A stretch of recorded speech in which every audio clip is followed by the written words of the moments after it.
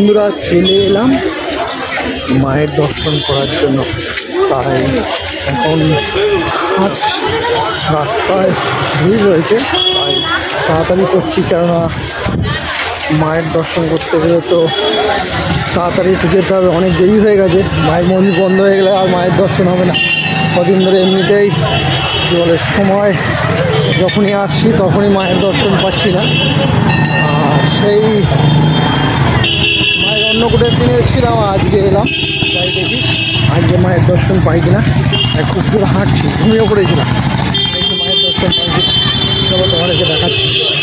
এসছি মায়ের মন্দিরের সামনে, সব এখানে ডালা ফালা বিক্রি করে, তারপরে মায়ের মন্দির এখনও খোলা রয়েছে। চলো একটু ভোলে বাবার দর্শন করে, যে হর হর মহাদেব, জয় শিব শম্ভু। ভোলে বাবার দর্শন করে চলো দেখি। মন্দির মনে হচ্ছে ফাঁকাই আছে, চলো দেখি ফাঁকায় ফাঁকায় মায়ের দর্শন করে নিই। জয় জয় মা। ওই দেখো মায়ের মন্দিরের ভিড়টা দেখো, ভেতরে ভিড় রয়েছে। চলো দেখি মায়ের মন্দিরে একটুখানি ঘুরে আসা যাক।